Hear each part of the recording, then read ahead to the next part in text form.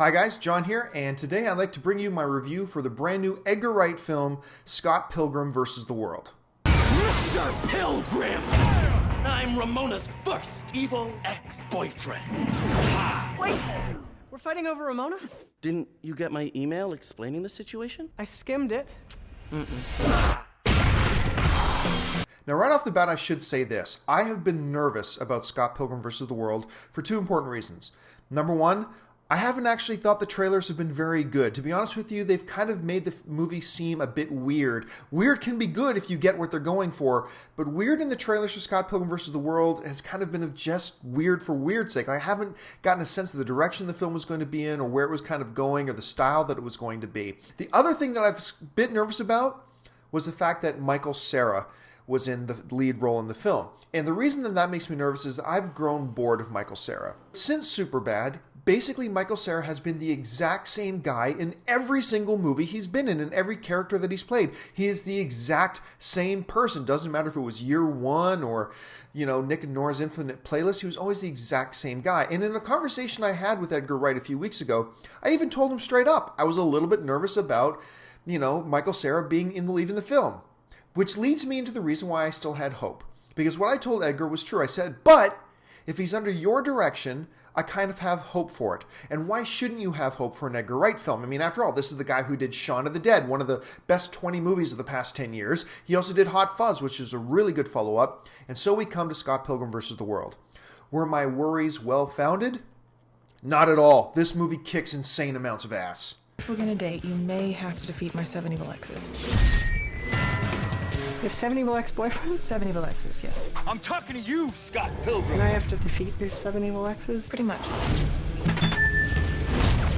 What's up? How's life? He seems nice.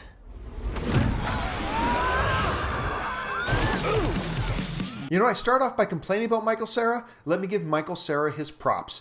In Scott Pilgrim vs. the World, Cera is not only a different kind of cat, he plays his character very well. I bought into him. He was a different dude than we've seen him in other movies. He's relatable, he's sympathetic, and yet at the same time, the negative qualities about his character came through. So I've got to give Cera his props. He was actually really good. As a matter of fact, the entire cast really did impress me. I liked all of them. From, Winstead playing Flowers, the main love interest. There was a Culkin's brother who was great in it. Brandon Routh was great as a vegan bass player. I dislike you, capiche? Tell it to the cleaning lady on Monday. What?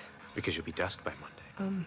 Because you'll be pulverized in 2 seconds. And the cleaning lady, she cleans up dust. She dusts. One of the strongest things about this film is the style. I mentioned, the trailers didn't give me an idea of the style direction this film was going in. Some movies are made that they make you feel like you're reading a comic book as they're being made, and that's good. That's not what Scott Pilgrim does, though.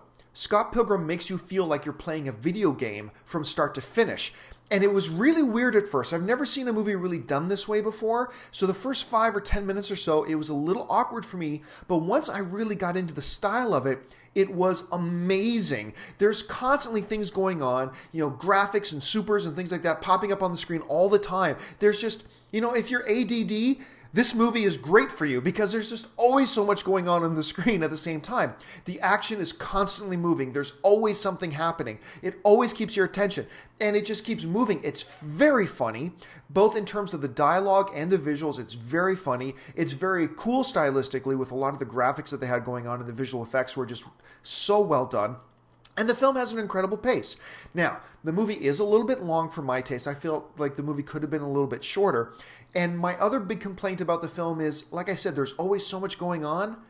After a while, mentally I started to get a little bit fatigued from all that stuff going on, but it didn't go overboard.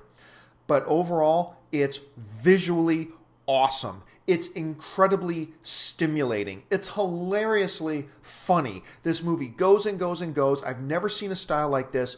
Edgar Wright was talking about how he's been working on this film for 5 years, and you might think, why would you be working? What could take 5 years to work on?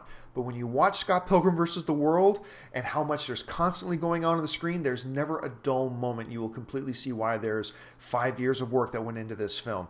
Overall, I love Scott Pilgrim vs. the World. I pop it up as my second best film of the year so far. It's incredibly entertaining. Make sure you get out and see it. You will be very, very happy that you did. Anyway, that's my review. I'm John Campea.